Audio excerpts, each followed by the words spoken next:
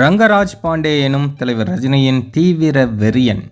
ரங்கராஜ் பாண்டே ஒரு பத்திரிகையாளர் அப்படிங்கிறது எல்லாருக்கும் தெரியும். இருந்தாலும் அவருக்குள்ளே இருக்கிற அந்த தலைவரோட அந்த ரசிகத்தன்மை அப்படிங்கிறது அவருடைய பேட்டிகளில் அவர் தலைவரை பற்றி பேசும்போது நிறைய முறை வெளிப்படுது. சமீபத்தில் ஒரு பேட்டியில் கூட தலைவரை பற்றி சில விஷயங்கள் பேசியிருக்காரு. தலைவர் ரஜினிகாந்த் அவர்கள் தாதா சாஹேப் பால்கே அவார்டு வாங்கினாங்க இல்லையா? அந்த award life time achievement award. இந்தியாவின் ஒரு மிக உயரிய அவார்டு தாதா சாஹேப் பால்கே அவார்டு. ஆனால் தாதா சாஹேப் பால்கே அவார்டுங்கிறது ஒருத்தர் தான் கொடுப்பாங்க, ஒரு வருஷம் தான் கொடுப்பாங்க, 2-3 வருஷம் கொடுக்காம கூட விடுவாங்க. அது லைஃப் டைம் அவார்டு மாதிரி இருக்கு. அது தலைவர் ரஜினிகாந்த் அவர்களுக்கு சாதாரணமாக கிடைக்கல. 50 வருஷம் அவர் சினிமா ஃபீல்டில் இருக்காரு அப்படிங்கிறது வேற. 50 வருஷம் சூப்பர் ஸ்டாராக இருக்காரு, அதுவும் நம்பர் 1 இடத்துல இருக்காரு.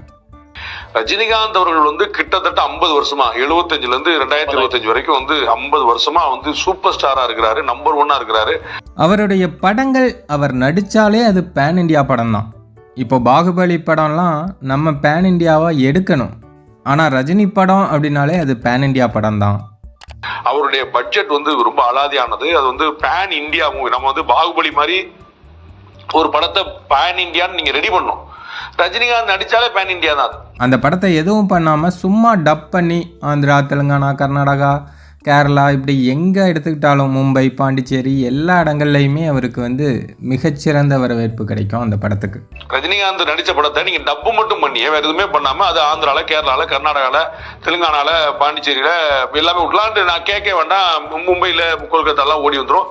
அது மட்டும் இல்லாமல் ஜப்பான்ல இருந்து சைனா வரையும் அவருக்கு என்ன ரீச் இருக்கு அப்படின்னு நம்ம பார்த்துட்டு தான் இருக்கோம்.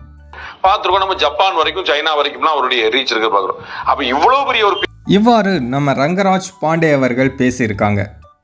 இதுக்கு தான் நான் ஆரம்பத்திலே சொன்னேன், ரங்கராஜ் பாண்டே எனும் தலைவர் ரஜினியின் தீவிர வெறியர் அப்படின்னு. நான் சொல்றது கரெக்ட் தானே?